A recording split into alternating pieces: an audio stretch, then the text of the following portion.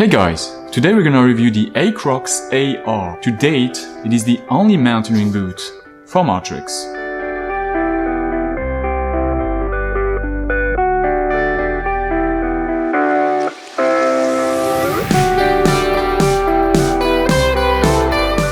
The Acrux AR was designed with 4,000 to 5,000 millipeaks in mind, meaning that whether you do more technical ice climbing, in cold climates and potentially low altitudes, or if you are doing mountaineering style 4,000 to 5,000 meter peaks, in both cases it will keep your foot warm and dry.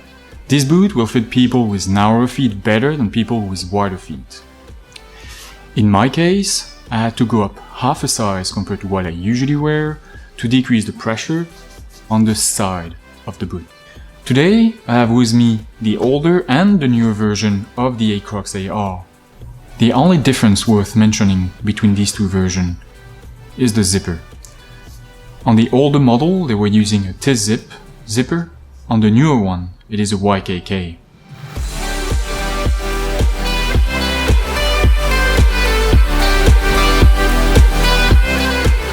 If you read reviews online, you will find some people complaining about the zipper breaking or splitting open. I contacted customer support about that, and they told me that that's one of the reasons why they moved to the YKK zipper. If you already own or plan to buy the model of the boot that's using the T-zip zipper, customer support told me that you should make sure to use the tube of lubricant and lubricate the zipper every time you feel that you start to need to use too much force to open and close the zipper.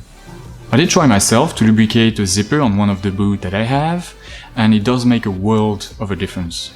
During my research for the perfect boot for me, I came across the Scarpa Phantom. The older version of this boot, prior to 2016, was called the Phantom Guide. It was actually using a T-zip zipper and the same front zipper design. In 2016, Scarpa redesigned the Phantom and called it the Phantom Tech. This time they use the YKK zipper instead of the T-zip zipper, but they made another major change, which is that the zipper wasn't a front zipper, like on this one, it was actually wrapping around the foot. The reason why Scarpa went away from the front zipper and instead went with a wrap around the foot type of design is that they experienced themselves some zippers splitting open. What they are saying is that the benefit of going with a wrap around the foot type of design is that any stresses that would normally load a front zipper and make it split open would now not stress the zipper itself, but the front fabric. Based on the changes that Scarpa made, going from the T-zip to the YKK, but as well going from a front zipper to a wrap around the foot zipper, we could have some concern that in the future, the Acrux AR could still experience some zippers splitting.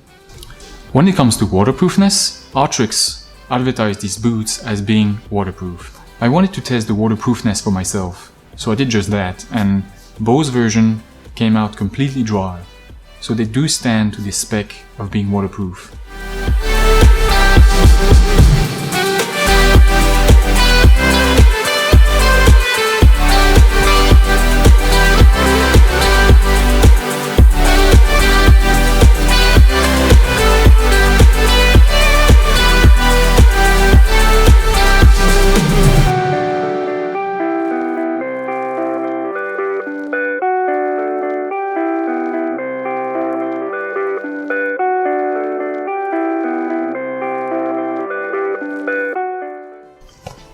The liner itself is also waterproof, so even in the worst case scenario where some water was getting inside the outer boot, this one would keep your foot completely dry.